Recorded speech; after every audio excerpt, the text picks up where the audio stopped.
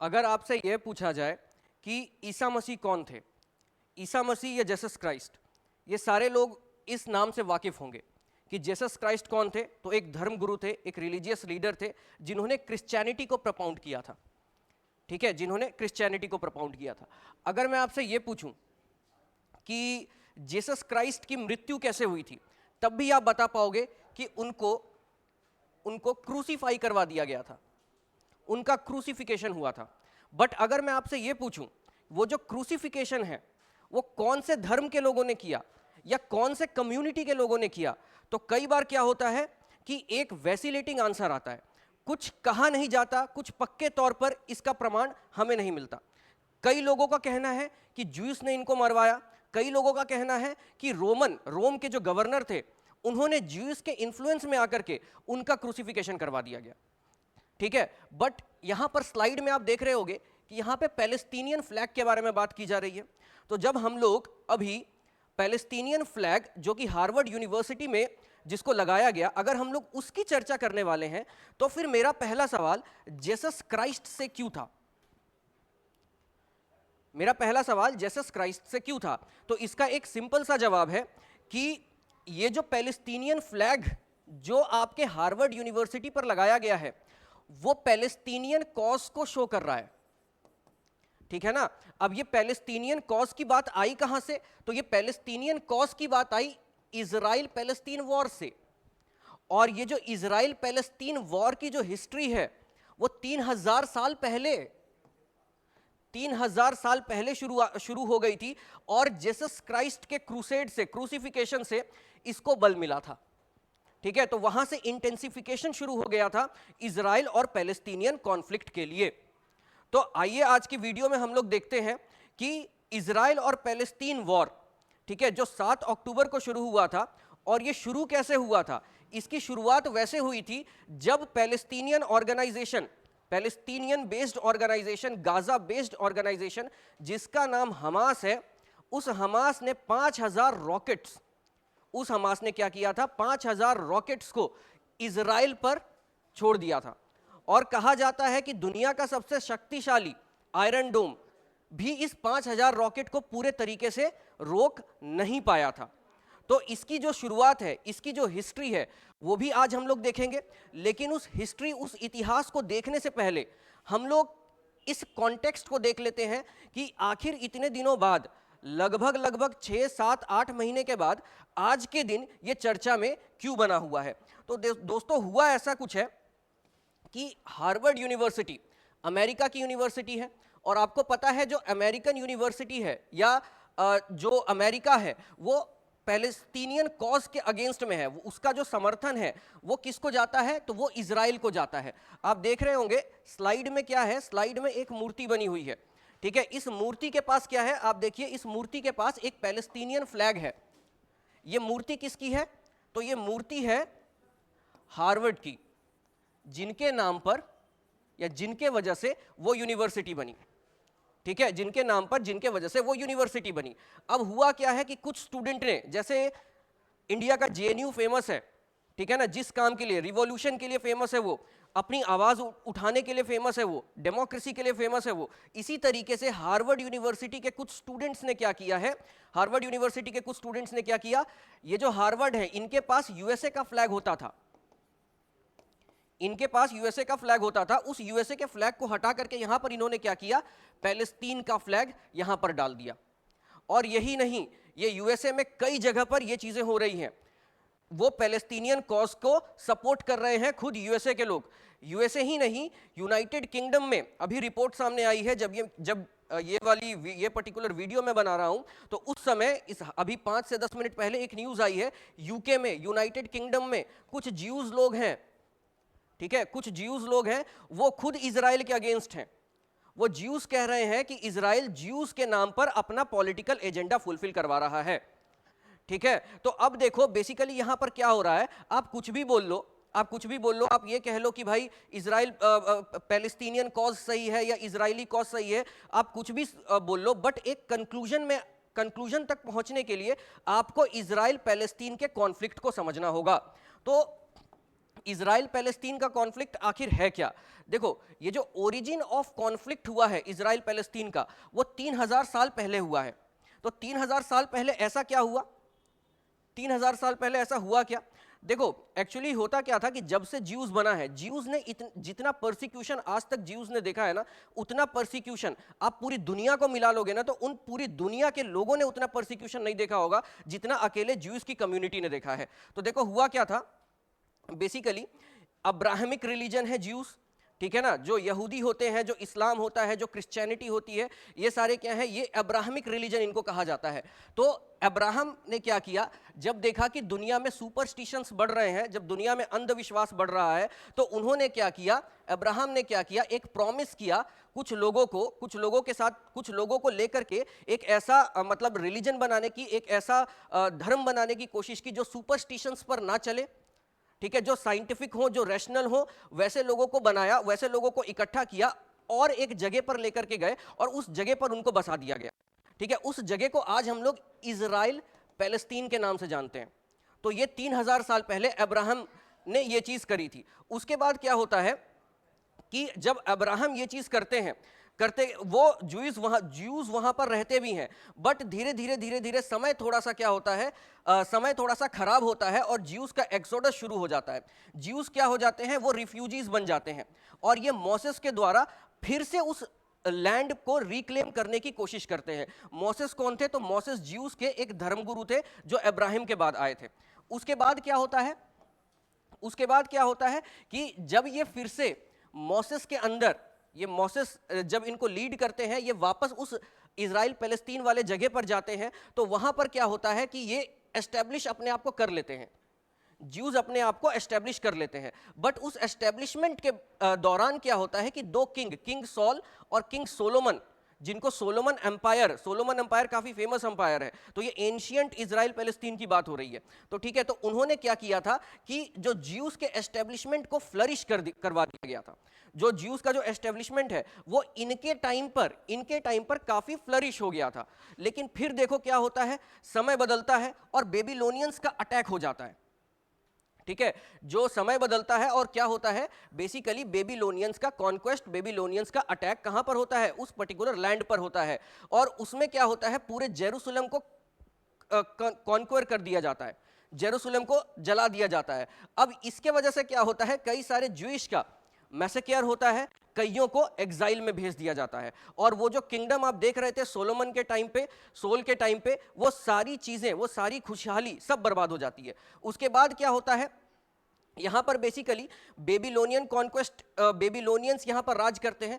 उसके बाद उस आज का ईरान, जो उस टाइम पर पर्शिया हुआ करता था, वो अटैक कर देता है इन पर और काफी बड़ा लैंड अपने कब्जे में ला देता है, ठीक है, काफी बड़ा लैंड अपने कब्जे में ला देता है। देखो, जब किंग सोलोमन थे ना, तो उन्होंने ज्यूस का एक धार्मिक स्थल बनाया था जिसको फर्स्ट टेंपल के नाम से जाना जाता था। तो जब बेबीलोनियंस आए तो उन्होंने क्या किया, उसको भी तुड़वा दिया, उसको भी तुड़वा दिया। अब उसके बाद देखो क्या होता है, जब पर्शियंस यहां पर अटैक करते हैं, जब पर्शियंस बेबीलोनियन पर अटैक करते हैं या बेबीलोनिया पर अटैक करते हैं, तो वो इसको कब्जा कर लेते हैं। कब्जा करने के बाद क्या होता है, किंग साइरस होता है वहां पर, वो क्या करता है, ज्यूस को आजादी दे देता है, फ्रीडम दे देता है और ज्यूस की हालत फिर से सही होने लगती है, ज्यूस की हालत फिर से सही होने लगती है। और इसने ये जो किंग साइरस है, इसने क्या किया होता है, इसने कुछ डोनेशन भी दी होती है ताकि बेबीलोनियन ने जो फर्स्ट टेंपल तोड़ा था, जो किंग सोलोमन के टाइम पे बना था, उसको फिर से रिजुविनेट करने की बात करता है। तो सेकंड टेंपल रीबिल्ड करने की भी बात करता है 516 बीसीई में। उसके बाद देखो धीरे धीरे इनकी हालत सही होने लगती है। बट फिर क्या होता है, इसी दौरान एक जीसस क्राइस्ट का जन्म होता है, ठीक है। अब वो क्या होते हैं, उनकी जो शिक्षाएं होती है वो थोड़ी अलग होती है ज्यूस से। माना जाता है कि वो ज्यूस के घर में, ज्यूस के रेन में ही पैदा हुए थे, बट उनकी जो टीचिंग्स है वो काफ़ी अलग होने लगती है। और होता क्या है कि वो कभी कभी किसी के साथ मिलते हैं तो उसको उसकी बीमारियां ठीक होने लगती है, उसके दुख दर्द खत्म होने लगते हैं। तो होता क्या है कि वो जो ये जो जीसस क्राइस्ट हैं, उनसे इनको इनसिक्योरिटी होने लगती है कि हमारा धर्म खतरे में है। वो क्या करते हैं कि इन्फ्लुएंस करने लगते हैं रोम के लोगों को, रोम के शासकों को, जीसस क्राइस्ट के अगेंस्ट में। अब देखो जीसस क्राइस्ट के अगेंस्ट में किसको ये इन्फ्लुएंस कर देते हैं, तो रोम के गवर्नर को। अब रोम का गवर्नर जो होता है वो इससे इन्फ्लुएंस होकर के जीसस क्राइस्ट का परसिक्यूशन और क्रूसिफिकेशन कर देता है। अब इसी परसिक्यूशन और क्रूसिफिकेशन के बाद क्या होता है, जब लोगों को पता चलता है कि जीसस क्राइस्ट सही थे, एक साजिश के तहत उनको मरवाया गया था और ज्यूस का नाम इसमें आने लगता है, तो फिर से ज्यूस का परसिक्यूशन शुरू होने लगता है। और अब ज्यूस क्या करते हैं, वॉन्डरर्स बन जाते हैं, रिफ्यूजीज बन जाते हैं और अगल बगल के देशों में जाकर के रहने लगते हैं। चीजें फिर मतलब ज्यूस को ना तो कभी उतनी इज्जत मिली, ना तो कुछ वैसा हुआ, बट चीजें फिर बिगड़ी। और जब चीजें बिगड़ी, चीजें कब बिगड़ी, जब हिटलर का उदय हुआ और यूरोप में एंटी सेमिटिज्म मूवमेंट चला। एंटी सेमिटिज्म मूवमेंट किसको बोलते हैं, तो एंटी सेमिटिज्म मूवमेंट वो मूवमेंट, उस मूवमेंट को पर्टिकुलरली बोला जाता है जो ज्यूस के अगेंस्ट में हो रहा था। तो उस समय काफी हॉलोकॉस्ट ये वो हुआ, इस पर्टिकुलर चीज को इस वीडियो में नहीं देखेंगे। उसके बाद क्या होता है कि एक धर्मगुरु फिर से आते हैं, ठीक है, ऑस्ट्रिया हंगेरियन रीजन में उनका जन्म होता है, जिनका नाम होता है थियोडोर हर्ज़ल। इनका ये कहना होता है, ये फाउंडर होते हैं जियोनिस्ट मूवमेंट के, ठीक है ना, ये जियोनिस्ट मूवमेंट के फाउंडर होते हैं और इन्होंने जियोनिस्ट ऑर्गेनाइजेशन को भी एस्टेब्लिश करवाया था। इन्होंने कई किताबें लिखी थी और इनका मकसद ये था कि जहां पर स्टार्टिंग में ज्यूज रहते थे अब्राहम के टाइम पे, तो ज्यूस को एकदम वापस में वहीं पर बसा दो, ठीक है। ज्यूस का जो परसिक्यूशन हो रहा है, हर जगह उनको इज्जत नहीं मिल रही, कभी हिटलर मार रहा है, कभी क्रिश्चियन मार रहा है, कभी इस्लाम मार रहा है, तो इससे अच्छा क्या है, उनको अपना वापस से लैंड दे दिया जाए। तो इन्होंने क्या किया, एक जियोनिस्ट ऑर्गेनाइजेशन बनाया। उस ऑर्गेनाइजेशन के तहत ये हुआ कि इनको फंडिंग देने लगे लोग, फंडिंग देने लगे किसको, जो ज्यूज इधर उधर भागे हुए थे, और फंड करके ये बोला गया कि तुम उस इजराइल पैलेस्टीन के एरिया में आ जाओ। अब देखो अब क्या होता है, जब वो इजराइल पैलेस्टीन के एरिया में आ जाते हैं तो पहले से उस एरिया में अरब मुस्लिम रह रहे हैं, ठीक है ना, अरब मुस्लिम तो पहले से उस एरिया में रह रहे हैं, तो क्या वो अरब मुस्लिम अब इनको आने देंगे? धीरे धीरे इनकी संख्या लाख तक पहुंच जाती है वहां पे, और वहां से फिर कॉन्फ्लिक्ट शुरू हो जाता है। अब देखो इसी समय, इसी दौरान क्या होता है, वर्ल्ड वॉर चालू हो जाता है। अब यहां पर देखना, सब लोग कहते हैं कि इजराइल गलत है, कुछ सब लोग कहने का मतलब कि कुछ लोग कहते हैं इजराइल गलत है, कुछ लोग कहते हैं पैलेस्तीन गलत है। लेकिन अभी देखो, अभी एक चीज आप सुनना, ध्यान से सुनना कि एक्चुअली हुआ क्या था। ये सब खिचड़ी तो उस समय पक रही थी, इसके साथ साथ वर्ल्ड वॉर चालू हो गया था। इसके साथ साथ क्या हुआ था, वर्ल्ड वॉर चालू हो गया था और अंग्रेजों को मदद चाहिए थी। ब्रिटिशर्स नीडेड हेल्प, अंग्रेजों को हेल्प चाहिए थी। तो अंग्रेजों ने क्या किया, एक डिक्लेरेशन साइन कर दिया जिसका नाम था बेल्फोर डिक्लेरेशन। अब बेल्फोर डिक्लेरेशन में क्या हुआ था, वो अंग्रेजों ने क्या किया कि ज्यूस को बोला कि भाई तुम हमारे वर्ल्ड वॉर को फंड करो, क्योंकि अमेरिकन जो ज्यूस थे वो काफी ज्यादा अमीर थे, यूके के जो ज्यूस थे वो काफी ज्यादा अमीर थे, और जो जायनिस्ट मूवमेंट यहां पर चल रहा था, ठीक है ना, इनका थियोडोर हर्ज का, उसको फंडिंग वहीं से मिलती थी। तो यहां पर वेल्फोर डिक्लेरेशन में यह बोला गया कि भाई तुम हमको वर्ल्ड वॉर में फंड कर दो, अगर हम जीत गए तो तुमको तुम्हारा इजराइल हम दे देंगे, ठीक है। इतना तक तो सही है, बट अंग्रेजों ने एक धोखेबाजी और कर दी। उन्होंने क्या कहा, उन्होंने जो वहां पर जो अरब मुस्लिम पहले से थे पैलेस्तीन में, इजराइल पैलेस्तीन एरिया में जो अरब मुस्लिम्स पहले से, उनको कह दिया कि तुम ऑटोमन टर्की के अगेंस्ट विद्रोह कर दो, अगर वो विद्रोह सक्सेसफुल होता है तो हम तुमको पैलेस्तीन दे देंगे। मतलब इन्होंने क्या किया, एक जमीन के टुकड़े को दो लोगों को देने का वायदा कर दिया, एक जमीन के टुकड़े को दो लोगों को देने का वायदा कर दिया। अब जब एक जमीन के टुकड़े को दोनों लोगों को देने का वायदा कर दिया, उसमें क्या हुआ, ये दोनों सक्सेसफुल हो गए। पैसा ज्यूज ने भी दे दिया, ऑटोमन के खिलाफ वो लोग भी लड़ गए। ऑटोमन के खिलाफ इसलिए लड़े क्योंकि वो अंग्रेजों के अगेंस्ट था वर्ल्ड वॉर में, वो पहले वर्ल्ड वॉर में। तो अब देखो अब क्या हुआ, अब इजराइल भी मांग करने लगा कि मुझे मेरी जमीन दे दो कायदे के अनुसार, और डिक्लेरेशन इनके, बेल्फोर डिक्लेरेशन इनके साथ साइन हुआ था, और एक और डिक्लेरेशन अरब के साथ साइन हुआ था। अब ये कह रहे हैं कि भाई हमें पैलेस्तीन दे दो, ये कह रहे हैं हमें इजराइल दे दो। अब अंग्रेजों को ने क्या किया कि 1948 में बोला अब ये मेरे बस की बात नहीं है। अंग्रेजों ने ये एकदम विड्रॉ करके चले गए, वो वहां से विड्रॉ करके चले गए, और ये पूरी जिम्मेदारी दे दी यूनाइटेड नेशन को, ठीक है। यूनाइटेड नेशन को क्या बोला कि भाई इसको क्या करो, इसको आपस में बांट दो। तो 1948 में यूनाइटेड नेशन ने क्या किया, इजराइल और पैलेस्तीन वाले एरिया को बांट दिया, जिसमें से मेजॉरिटी 50% के आसपास का जो एरिया, 54% के आसपास का जो एरिया था वो इजराइल के पास चला गया। और एक जो यहां पर गोलन हाइट्स का जो एरिया था, जो गोलन हाइट्स का जो एरिया था वो भी ऐसा माना जाने लगा कि वो पैलेस्तीन के कब्जे में आएगा। बट हुआ क्या, इजराइल इस बात पर खुशी मनाने लगा कि चलो भाई बढ़िया है, सब कुछ बढ़िया चला गया। बट पैलेस्तीन को यह बात पसंद नहीं आई। पैलेस्तीन का कहना था कैसा इजराइल, इजराइल कैसा इजराइल, इजराइल नाम की तो कोई चीज ही नहीं थी पहले से तो हम लोग रह रहे हैं, जब पहले से हम लोग रह रहे हैं तो अचानक ये इजराइल कहां से आ जाएगा। तो 1948 में ही क्या हुआ, 1948 में ही एक अरब इजरायली वॉर शुरू हो गई। ठीक है, अब इसमें क्या होता है कि Egypt, Iraq, Jordan, Lebanon, Syria ने मिलकर के इजराइल पर वॉर छेड़ दी। अब देखो हुआ क्या, लोगों को यह लगने लगा कि भाई ये तो एक दिन ही पहले ये देश बना है, इजराइल तो एक दिन पहले ही बना था, एक जस्ट 1948 में यूएन ने ये मैंडेट प्रपोज किया और उसी के अगले दिन इन पांचों ने उस पर अटैक कर दिया। अब जब पांचों ने इस पर अटैक कर दिया तो लोगों को लगा कि ये तो खत्म हो जाएगा इजराइल, बट इजराइल खत्म नहीं हुआ। इजराइल ने क्या किया, इन सबको हरा दिया। Israel defeated all these countries, और इसका आउटकम यह हुआ कि इजराइल ने 50% से ज्यादा पैलेस्टीनियन लैंड को अपने हिस्से में ला दिया, और जो इजिप्ट था उसने गाजा को कैप्चर कर लिया। ठीक है, फिर आगे जाते हैं तो एक सुइज क्राइसिस हुई। सुइज क्राइसिस ऐसी हुई कि इजिप्ट जो है वो दोस्त बन गया किसका, रशिया का। बट इजिप्ट में क्या हो रहा था, एक इंस्टॉलेशन हो रहा था पावर प्लांट का, उसमें पैसा लग रहा था यूके और यूएस का। अब यूएस को यह बात पसंद नहीं आई कि वो यूएसएसआर मतलब रशिया के साथ इजिप्ट जो है वो रशिया के साथ चले जाए, यूएसएसआर के साथ उस टाइम चले जाए। तो यूएसए ने क्या किया, फंडिंग रोक दी। अब जब यूएसए ने फंडिंग रोक दी तो इजिप्ट ने क्या किया, सुइज कैनाल को नेशनलाइज कर दिया। अब सुइज कैनाल इतनी बिजिएस्ट ट्रेड रूट है आज भी कि अगर उसको नेशनलाइज करे और वहां से ये पैसा खींचने लगे तो इसको बहुत पैसा मिल जाएगा। और दुनिया को इजिप्ट ने यह बताया कि वहां से पैसा लेकर के ये क्या करेगा, उस प्रोजेक्ट को फंड करेगा, ये ऐसा इजराइल ने बताया। अब देखो, अब सिंपल हुआ क्या कि एक तो इजिप्ट ने ऐसा कर दिया, दूसरा क्या होता है, वही सुइज कैनाल के पास मैप में अगर आप देखोगे तो यहां पर समवेयर हियर क्या है, एक है गल्फ ऑफ टिरान। ठीक है, गल्फ ऑफ टिरन भी कहते हैं उसको, गल्फ ऑफ TIRAN स्पेलिंग है उसकी, तो गल्फ ऑफ टिरन या गल्फ ऑफ टिरान है वहां पे। वो क्या होता है, वहां से इजराइल क्या करता था, अपने सामान को दुनिया में भेजता था, उसको चोक कर दिया। अब इजराइल पहले से उससे गुस्सा था, यूके यूएस और गुस्सा हो गए। तो हुआ क्या कि यूएसए ने और इजराइल ने मिलकर के इजिप्ट पर अटैक कर दिया। जब यूएसए और इजराइल ने मिलकर के इजिप्ट पर अटैक कर दिया, इजिप्ट फिर हार गया, और जो सिनाई पेनिनसुला का हिस्सा था वो इजराइल अपने आप ले चुका था। बट यूएन के इंटरवेंशन से उसको वो वापस करना पड़ा, उसको वो चीजें वापस करनी पड़ी। फिर उसके बाद इजराइल ने 1967 का 6 डे वॉर लड़ा।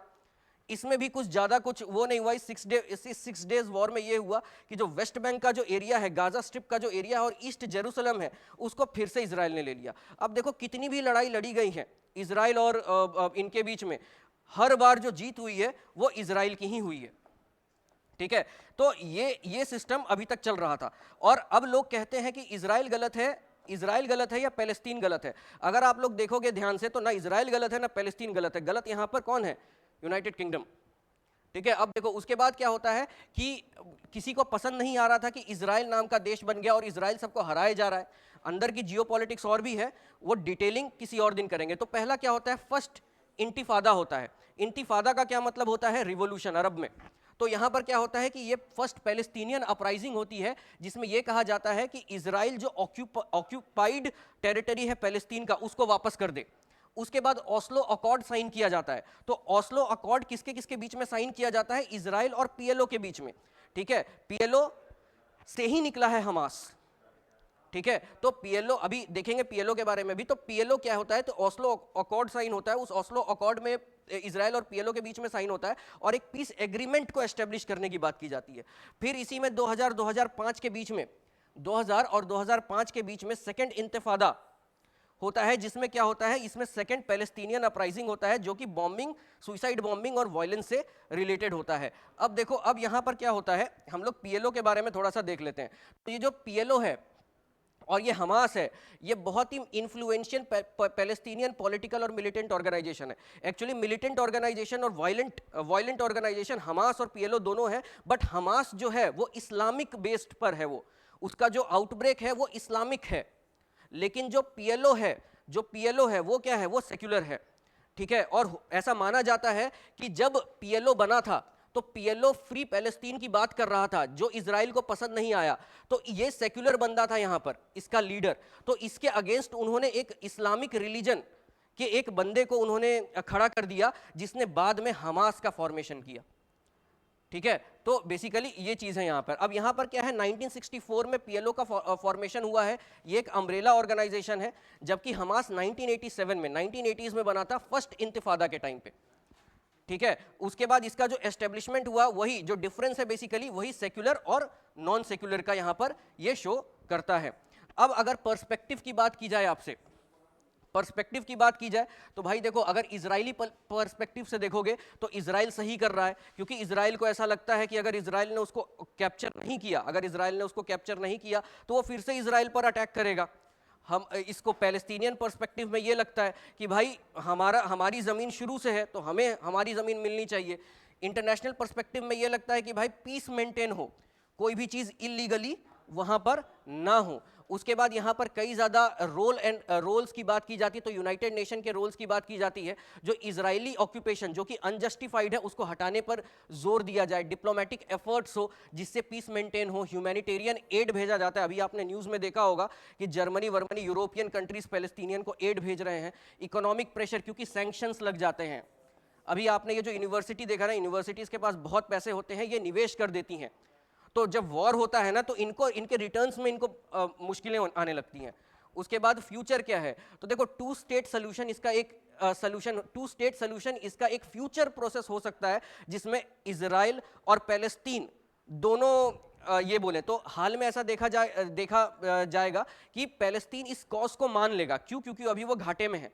इजराइल इसको नहीं मानेगा क्योंकि ये फायदे में है। वन स्टेट सोल्यूशन से किसी का फायदा नहीं होगा, क्योंकि अगर वन स्टेट सोल्यूशन हुआ तो तब क्या होगा, कोई ना कोई एक आइडेंटिटी क्राइसिस फेस करनी पड़ेगी। या तो ज्यूज को हटना पड़ेगा, नहीं तो अरब मुस्लिम्स को हटना पड़ेगा, जो कि पैलेस्तीन के उसमें है। उसके बाद अगर ये दोनों में से कुछ नहीं होता है तो फिर ये कॉन्फ्लिक्ट जो है वो कंटिन्यू हो सकती है, और जब कॉन्फ्लिक्ट इंटरनेशनल लेवल पर कंटिन्यू होती है तो कई सारे देशों को ये अफेक्ट करती है। अभी हाल ही में देखो तो हाउदी रेबल्स भी इस बीच में कूद पड़े थे, उसी सुइस कैनाल वाले उसमें। उसके बाद अभी ईरान और इजराइल के बीच में भी कॉन्फ्लिक्ट स्टार्ट हो गया था। तो आशा करता हूं कि आपको आज का ये वीडियो और ये कॉन्सेप्ट समझ में आया होगा। अब तक बने रहने के लिए धन्यवाद।